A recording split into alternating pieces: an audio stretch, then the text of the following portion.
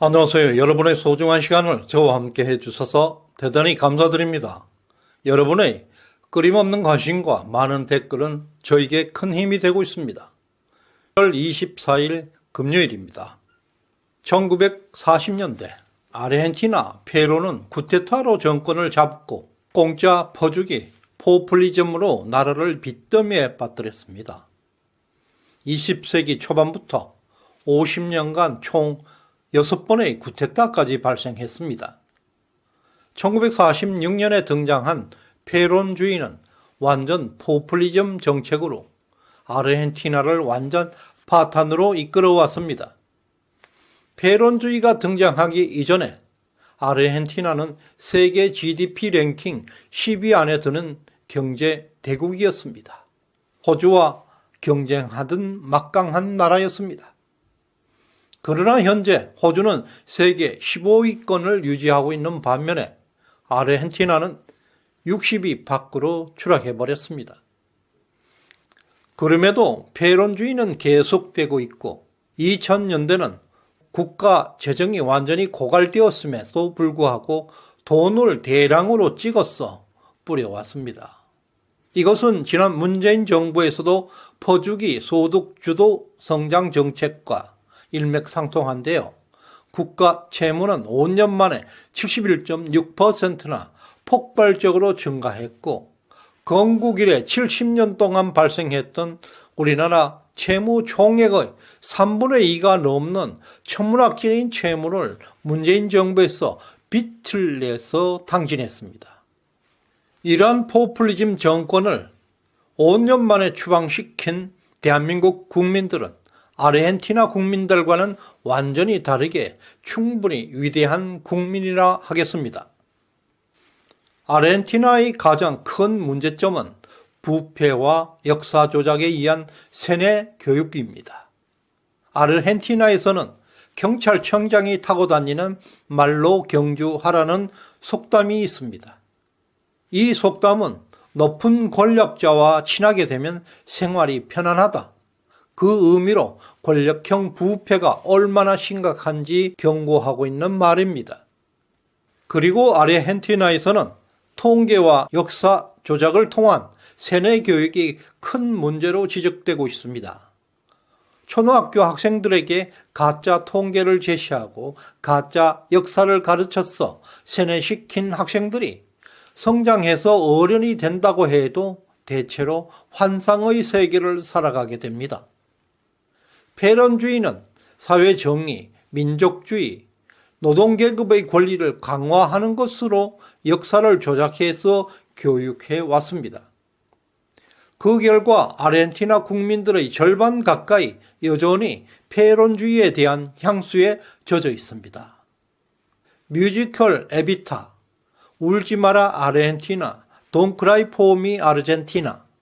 이것은 페론의 부인 에바를 국민적 영웅으로 묘사하고 있는 뮤지컬입니다.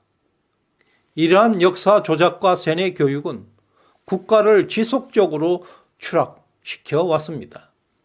1950년대 후반부터 아르헨티나는 국제통화기금 IMF로부터 20번 이상 금융 지원을 받아왔고 현재 IMF에서 400억 달러 이상 빚을 지고 있습니다. IMF 최대 채무국이 아르헨티나입니다. 그뿐만 아니라 아르헨티나는 역사상 9번의 국가 부도를 경험했고 최근 2020년에도 국가가 부도났습니다. 1930년대 이후 총 6번의 군사 쿠데타 등으로 최근 25년 동안 아르헨티나 GDP는 성장과 하락을 반복하면서 기저효과를 제외하면 실질적 경제 성장이 멈춘 상태입니다. 현재 인플레이션은 170%가 넘었고 연말까지 200%에 이를 것으로 전망되고 있습니다. 특히 2003년부터 2015년까지 집권했던 키리치노 부부 정권은 페론주의 좌파의 극한을 보였습니다. 정부 공공지출이 GDP 대비 무려 45%를 넘었습니다. 그러나 최근 아르헨티나 국민들이 정신을 차렸습니다. 53세 자유주의 경제학자 밀레이 대통령을 선택한 것입니다. 페소는 쓰레기다. 비로로도 쓸모가 없다. 미국 달러를 아르헨티나 통화로 사용할 것이라고 선언했습니다. 아르헨티나는 글로벌 수출 시장에서 그 비중이 점점 감소하고 있습니다. 리튬 매장량이 세계 1위, 그리고 구리도 엄청나게 매장되어 있습니다.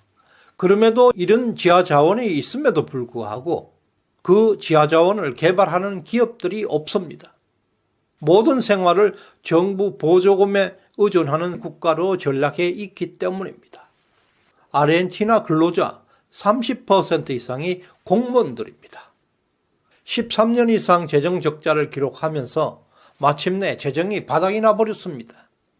그래서 정부는 돈을 마구마구 찍게 되었고 통화량이 폭발해서 인플레이션이 170%까지 치솟게 되었습니다.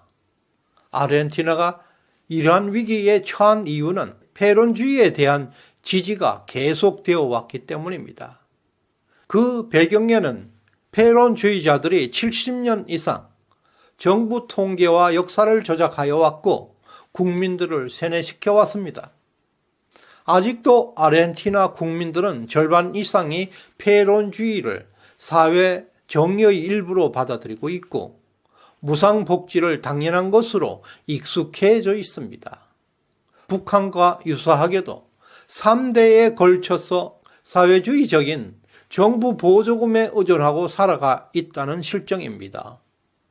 현재 적지 않는 아르헨티나 국민들이 패론주의 정치인들을 비판은 하면서도 납치범들에게 동정을 느끼는 인질들의 심리와 비슷하게 여전히 패론주의자들에게 표를 몰아주고 있습니다. 그 결과 앞에서 말씀드린 대로 19세기부터 20세기 초반까지 패론이 등장하기 전까지 아르헨티나 GDP는 세계 10위였습니다. 그렇지만 패론주의, 포퓰리즘이 시작된 이후에 아르헨티나 경제는 급격하게 무너지기 시작했습니다. 호주는 세계 경제력 랭킹 아직도 15위를 유지하고 있는 반면에 아르헨티나는 빈곤율이 40%가 넘어가는, 또 경제력에서 60위권 밖으로 추락해서 빈곤 국가로 전락해 버렸습니다. 아르헨티나 패론주의는 문재인의 소득주도 성장과 동일한 정책이라는 점에 주목해야 합니다. 중국, 러시아, 아르헨티나에서 보듯이 이들은 공통적으로 통계를 조작하고 역사를 왜곡해서 국민들을 세뇌하고 속여왔다는 것입니다. 지금 터져나오고 있는 문재인 정권의 통계 조작 사건은 절대로 용납될 수 없는 중대한 범죄 행각들입니다. 이제 아르헨티나 국민들은 패론주의에서 벗어나서 변화의 길을 선택했습니다. 이번 대통령 선거에서 정치 경력이 매우 짧은 아웃사이더 하비에르 밀레이 대통령을 선출했다는 그 자체 하나로 대혁명적인 사건입니다. 패론주의를 버렸습니다. 엄청난 가능성을 보였습니다. 밀레이는 자칭 무정부 자본주의자로 53세 독신입니다. 아르헨티나의 포퓰리즘을 청산하고 빈곤에서 벗어나겠다는 박정희 같은 공약을 내걸고 56%의 압도적인 득표율로 이번에 당선되었습니다. 밀레이 당선자는 아르헨티나가 70년 동안 고수해온 패론주의를 끝장내고 강력한 자본주의 국가로 전환을 약속했습니다. 벌써 중국과 러시아와의 관계를 축소한다고 하고 미국과의 관계를 강화할 것이라고 합니다. 자원보국 아르헨티나가 패론주의를 버리고 중국 진영을 버리고 자유진영, 자본주의로 돌아왔다는 것은 대한민국에 큰 대박이 터진 것입니다. 그러나 여전히 현재 아르헨티나 국회는 패론주의자들이 일방적으로 장악하고 있습니다. 밀레이 대통령의 국정 운영은 험난할 것이라는 전망이 우세하기는 합니다.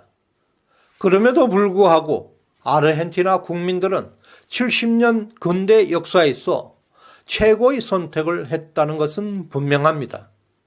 끝까지 시청해 주셔서 감사드립니다.